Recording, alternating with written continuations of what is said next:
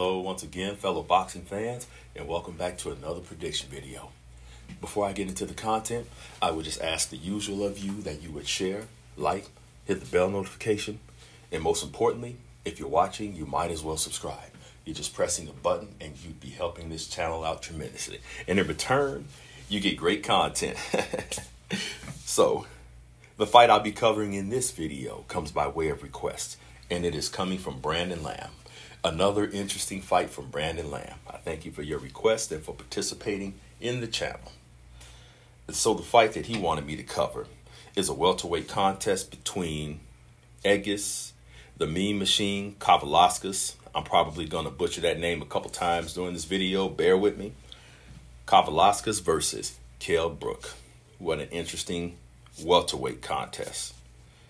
Kavaliauskas. He has great up and down movement, great at utilizing the feints. He has a good thudding jab. He has a nice little step around to avoid punches.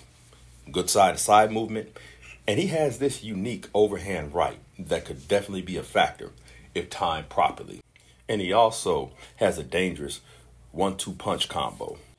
He has nice, short, looping punches on the inside and a very tough, rugged, mean fighter, and he lives up to that name, the Mean Machine. As far as Kell Brook is concerned, he was an excellent welterweight, and in hindsight, that Triple G fight just ruined him. But at the time, I praised him for having the heart for even stepping up to fight Triple G when other middleweights were avoiding Triple G. But just think what kind of career Kell Brook could have had if he would have fought the likes of Keith Thurman, Danny Garcia, Andre Berto, Manny Pacquiao, or even Floyd Mayweather at some point. But Kell Brook was great at picking off aggressive fighters, had great hand speed, brilliant counterpuncher. He had excellent footwork, head movement, and reflexes. And I always get myself in trouble for saying this, but Kell Brook's style was a lot like Sugar Ray Robinson in the way that he moved and his footwork, and even in the way he threw his punches and his stance. So when I think about this particular fight, and I think about the Mean Machine, I mean, he's going to be a handful for anyone he fights because of his determination, his pressure, his toughness, his mental toughness, and his ability to find a target. And surprisingly, he caught Bud Crawford with a lot of shots. And Terrence actually had to dig deep for that win.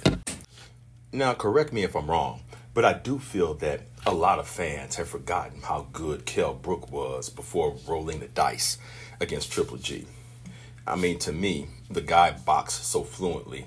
He was so accurate. He was so quick. And Kell Brook was skilled. He really was. And to me, he was undefeated for a reason up until the Triple G fight. Now, no risk, no reward.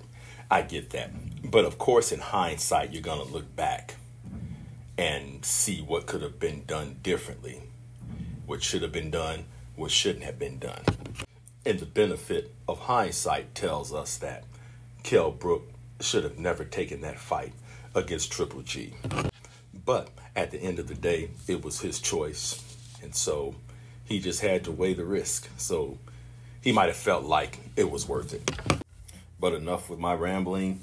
Let's get down to business. Who wins this fight? Who takes it? And I will say that the Mean Machine, he was a bully, a very bullying fighter. But guess what? So was Shawn Porter. As a matter of fact, Shawn Porter was the ultimate bully, especially at welterweight. But yet Kell Brook knew how to fight him. And Kell Brook had the right game plan to get the job done.